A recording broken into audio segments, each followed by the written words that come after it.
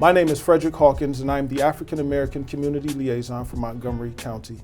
Welcome to Black Coffee. This is a community program for community progress. And today we have some special guests with us. I am honored to have with me today, so thank you guys for joining. We have Cherri Branson. Very long bio. She sent it was a lot to read.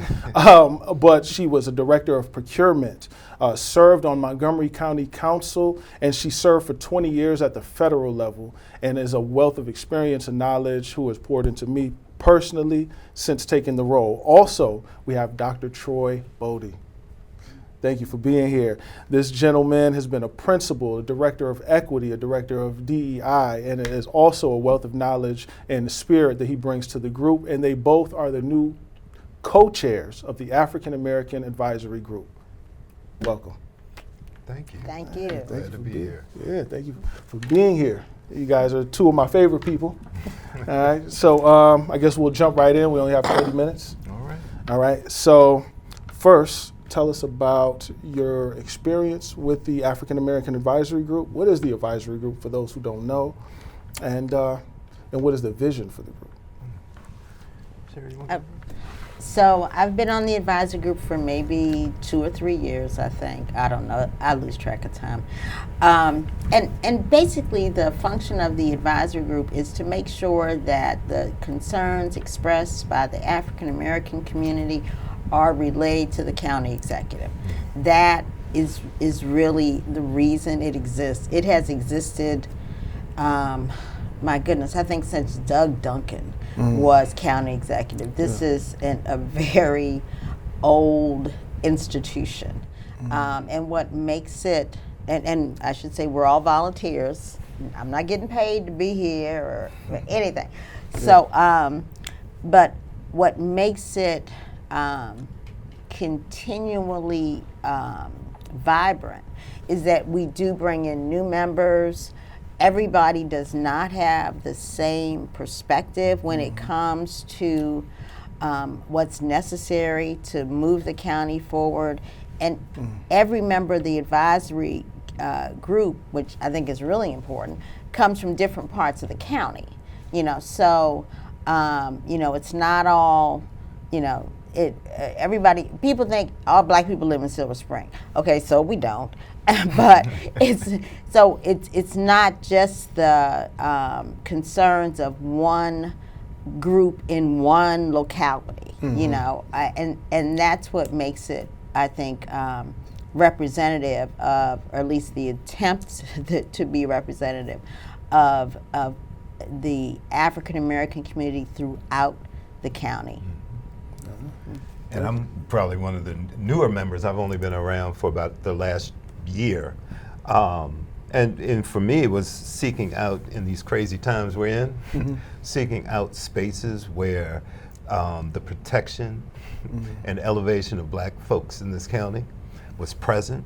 And so, just like my colleague said, the wonderful thing about the organization is there are a variety of people from different backgrounds because we're not all a monolith, we're not all the same, and so we get various perspectives. Do we have them all? Probably not, but we take in what we have and try to pass that information on, again, for the advocacy and benefit for African Americans in Montgomery County.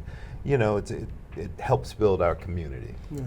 Thank you for that. You mentioned something that was really important: volunteer. Oh yeah. Right. Yeah. Volunteer. How do we balance, and does the group balance volunteer with advisory and advocacy? How do you make that balance? I think one of the things that I appreciate, because Frederick called and it's like, would you do this? I was like, I'll do it with someone. So I think that's one way we can create balances, by working together, because there'll be things that Cherri can go to and I can't, and vice versa. And we have different skill sets, so we even bring in a different perspective. And so I think that helps create that balance. And trying not to ask people to do things that you wouldn't do yourself. That was my philosophy as a principal. It's like, I'm not going to ask my teachers or my support staff to do anything that I wouldn't do myself. So we're all in this together. Exactly. You know, a long time ago, I was the president of a PTA, and at that point, I learned what I call the STP rule, and the STP is same 10 people. Whatever you need done, it's really going to be the same 10 people, and that has been true throughout. You know, any kind of volunteer organization I've been in, because it's not a bad thing. It's just that. That's kind of the nature of how people are, right? Yeah. And so I don't think you can, or I wouldn't expect, you know, anybody other than you, because this is like your job, right? So but when it comes to volunteers, you really have to, you know, take the pieces that people can give, because everybody has full lives. You know, we have jobs. I don't. I'm retired. But for people who have jobs and families and you know, just other concerns, maybe caring for, you know, for a relative, you know, everybody's not going to be available at every time, and everybody is not going to be good at everything, you know. And so the difficult part is, you know, sort of piecing together that quilt of what people are able to do and when they're able to do it. You know, that's you know, that's the STP. Right. I like that. STP. If we look around, we'll see a lot of STP. That follows through that thread. Every organization. Yeah, thank you. See, again, always some wisdom comes from. What's the difference between Black progress and the illusion of Black progress, in your opinion? Well, I'll go first, because I don't work for anybody, so I don't care. So here, you know, I call it the illusion of inclusion, right? I mean, a lot of times, any non-white group is encouraged to believe that they are included in something, and that their mere inclusion is enough. You know, being at the table is not enough if you don't get to eat, right? So progress to me means that you are figuring out goals and objectives to actually move toward something of significance, and you know, that something of significance has always changed throughout the years. You know. You know, in Jim Crow South, it was integration, or at least desegregation. That was where, you know, the goalpost was.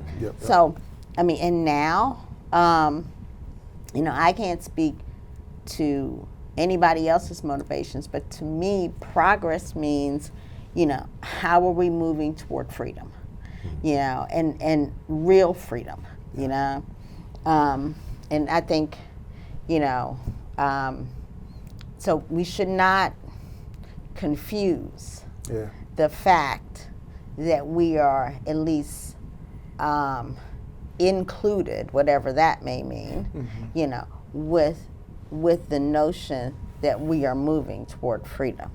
You know, inclusion is often just an illusion to make it look like you're moving toward something. And I think about it in terms of Confederate statues. So, although they're putting them back up, you know, there was a time they were taking them down, and people were, yes, we've arrived. Have we? Because have the laws changed that protect us, that make our lives better, that allow us to keep, you know, more of our money, that'll, you know, get us closer to this thing called the American dream? And so that statue, while, you know, it's down, I don't have to look at it, or we don't have to look at it, it doesn't change our lives. So we have to stop being fooled in looking at the surface level inclusion. Just being allowed in the space doesn't mean you get to move around and access that space like other people do. And so what's our who really benefits from this, and how do we benefit from being in those spaces, or being in spaces where we're wanted, where we can grow, where we can be nurtured, where we can thrive. And so I always think about those statues and those pledges. We're going to really fight for DEI, and then a certain someone gets elected. It's like, oh, we're going to move on past that, or that's no longer a thing. So we just have to be planned for what do we really want. Right. Because removing the statue doesn't change our daily lives. Yeah. That's interesting you say that. You know, when someone is well-intentioned, right, a non-black person, what are some blind spots that they may have when it comes to the black experience that they may need to know to push this thing forward? I remember once when I was the director of equity, I get an email from a principal that I was asking, okay, so how can our office support you? I want to see examples of black children that achieve. I was like, and this is in Montgomery County, and I was like, Montgomery County, if nothing else, there are lots of black folks at leadership positions, at least there were. And so you interact with these people every day, and you're asking about black student achievement. You see black excellence all around you. And so that's a blind spot that people in certain spaces are different. You know, I had a conversation with my nephew once. I was like, you're smart and all, but you're doing what you're supposed to do, you know? And don't let people just pump your head that you're like an exception. Your whole family's been excellent, even though they may not have all had the same access that you have. Don't let them think that you're any better than somebody down the street. And so the blind spot is, you know, really seeing us as all the same, and you know, thinking that just, you know, not seeing us, being invisible. Yeah. You know. The same thing my daughter said yesterday. Yeah, it's just being invisible. Yeah, I mean, even if people are well-intentioned, right? I mean, we all have being being black is a lived experience, right? I mean, I don't know what it means to live like a white man. I've never been one, right? I mean, so I think the biggest blind spot is assuming that you know what my life is, right? And that my life is somehow an example, quote unquote, of other black people too. It's not. It's not. But you know, most of my life I've worked in predominantly white environments, you know, and it's always interesting to understand the lack of exposure we have to each other, right? That is the biggest blind spot. You know, the biggest blind spot comes from not having exposure. You know, but you know, there's everybody doesn't have to you know, get together and hold hands and sing Kumbaya. You know, but you know, when I tell a story often about I went to law school in Indiana, right? Because they were happy to pay for me to go to law school there, and I was like, sure, I'll come out there and be your, you know, I will check the East Coast diversity box, the woman diversity box, and the black people. Yeah, happy to do it because y'all gonna pay for my law school, and that's gonna make me happy. So anyway, my first year out there, I rode the bus. I didn't have a car, so we had a little bus that traveled around the university, right? Get out. I lived in the dorm, you know, I rode the bus. So one of my bus mates, law school classmates, was this guy. His name was George. He was from Indiana, from a very small, he lived on a farm in Indiana. And so, and he would tell me about life on the farm, which I found to be fascinating, right? And at some point during these conversations, he confessed to me that he had never actually talked to a black person before. And I was like, really? It's like, yeah. I said, so, but you went to college, there were black people there, you know, I mean, how have you, he said, no, I mean, like, had a conversation. I was like, so where does your impression of black people come from?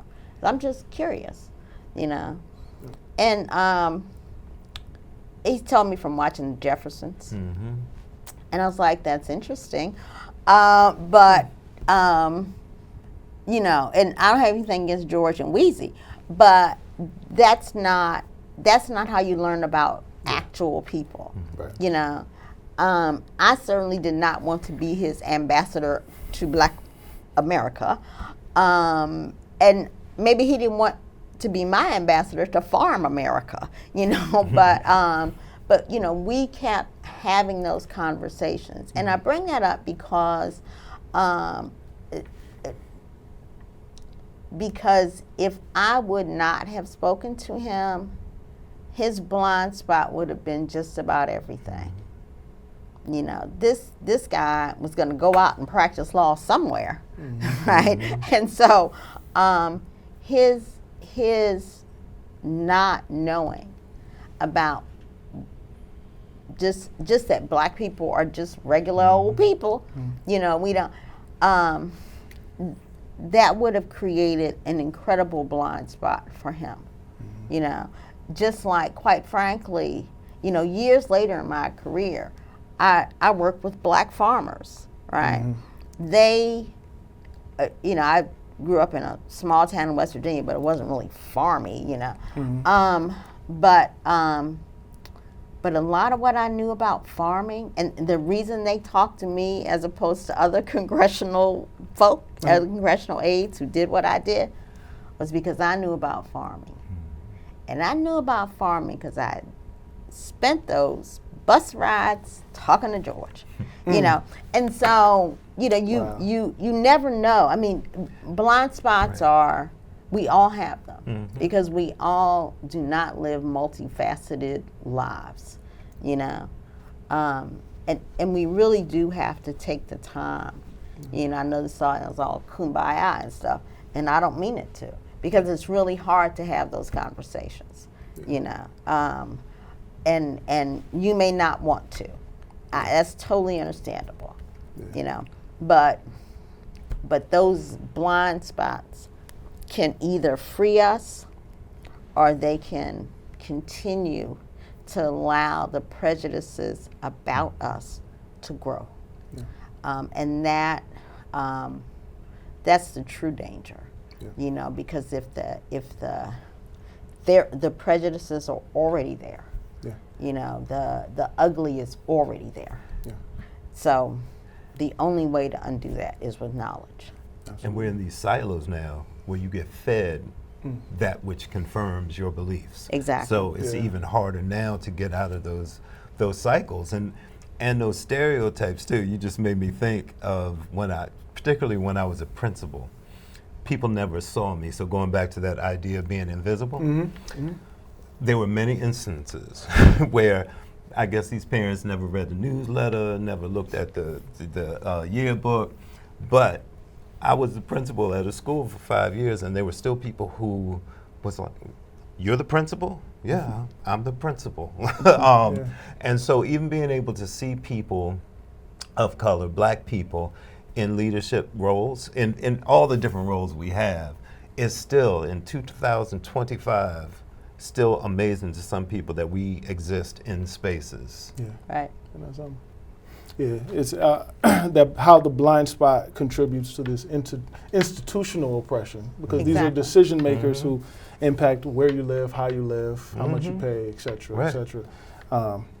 That's powerful. Thank you for saying And in education, these are the people who support our school system, who sometimes teach our children. And if they can't see people like us in leadership positions, whether that be as the principal, the teacher in the classroom, there's so many stories. What do you think about kids that look like us? And what are you doing for them? And how do you grade their papers? Right. How do you decide if they should be suspended or you should take a second chance. Right. Give them a second chance at whatever that is. So, yeah, pours in blind spots. Yeah. So, from that point, what are some proactive strategies that we can suggest and we can take to kind of get us to freedom, to get us to this place that we put on paper?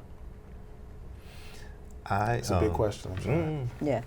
I mean, we have to do what we've kind of always done, you know, in terms of being revolutionary. Yeah. And that doesn't always mean shedding blood, but resisting and pushing back on these things that have happened. How do we protect one another? You know, how do we keep one another safe? These are practices we've always done, which is why we're still here. Yeah. Sometimes we got to be forceful, you know, stand our ground and make our voices heard, as well as fight, you know, and push back on the system. And find joy with all that, because that's a lot. That's a lot, you know, to keep up with. You know, when we go back historically, what I do part-time in my retirement is I'm the co-director of the Sandy Springs Slave Museum and African Art Gallery. So grounding it in our history, we were our first emancipators. So we would not serve ourselves wrong waiting for Superman to come and save us, because we've always been the ones to save ourselves. And so using these old practices to be proactive,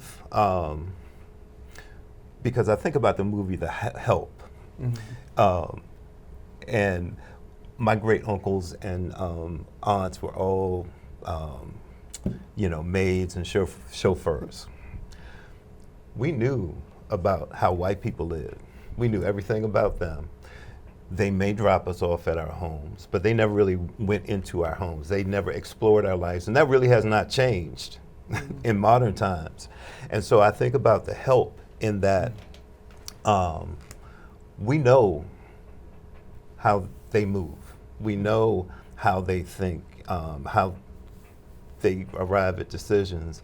And so we need to use our time-tested strategies. Again, that's why we're still here, to push back on all this foolishness, because it will pass. It can't sustain, although it's going to be painful while we have to endure it.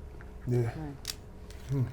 When you asked about strategies, right? I mean, so I think the first thing is we have to understand, acknowledge that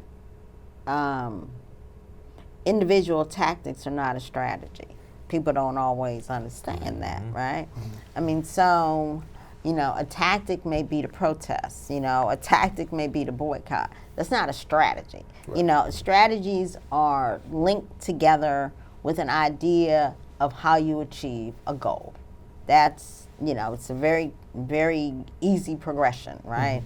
And so as individuals, you know, I think the best thing for us is to, first of all, understand what our individual goals are, right? I mean, and what our collective as a people goals are. I mean, I'll say it 100 times, mine is always freedom, you know? So there are, the question then becomes, how as individuals do we get to that?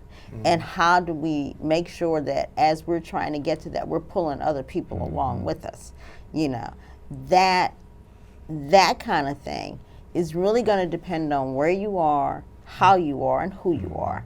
Because everybody can't do everything, you know, but we can all work in this collective quilt. I really believe in that quilt analogy, you know, to get us to achieve that goal. For me personally,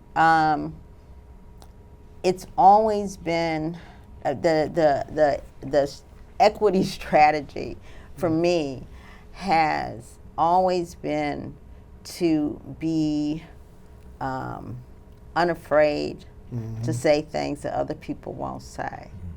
You know, it's not that that I am, you know, necessarily not afraid.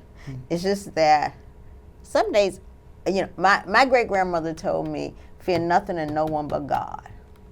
and that's what I've had to live for. That's not a strategy for everybody, right? So you have to figure out in your spot, in your place, what can you individually do to move yourself forward, but also making sure that you're making space for other people to move forward. And probably sounds a little vague, but as we all do that, then we make space collectively for us all to move forward. The best example of that recently is the Target boycott. There wasn't any big brouhaha.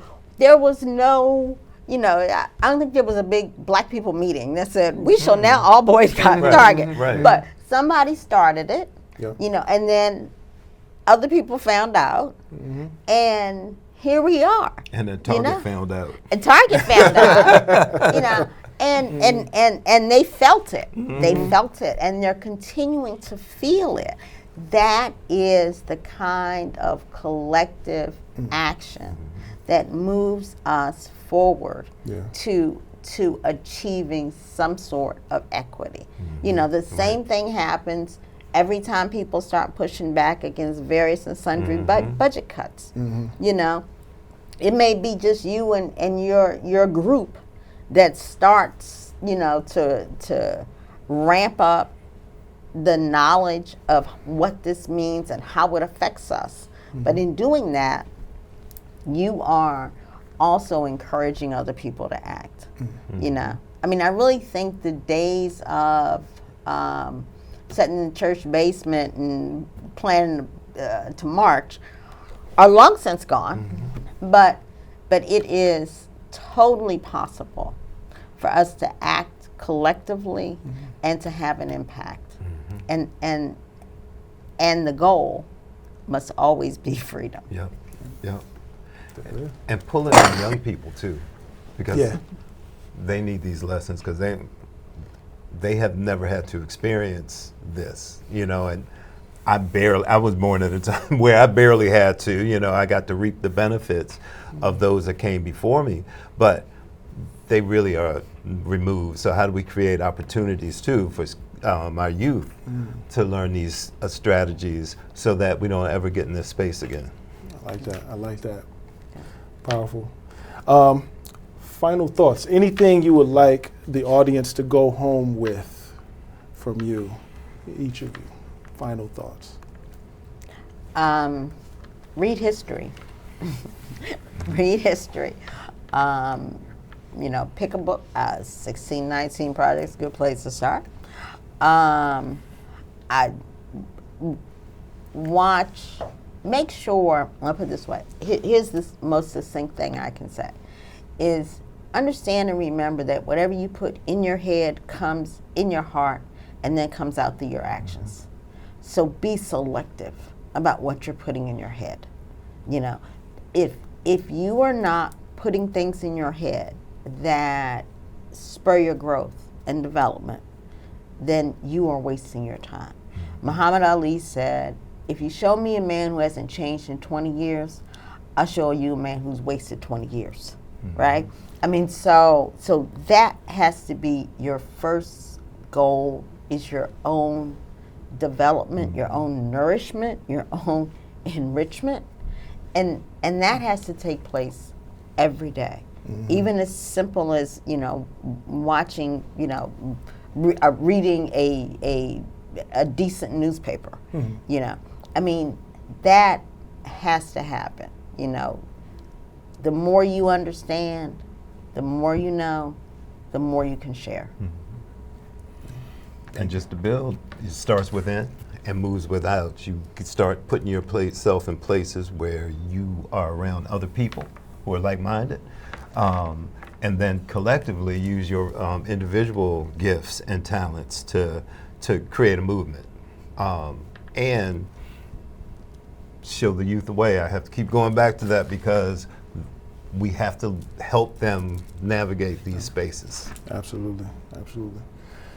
Thank you both for your time. Thank you. A lot of information. I look forward to watching this when it is released. Dr. Troy Boddy and Cherri Branson from the African American Advisory Group. Thank you. Thank Take you. care.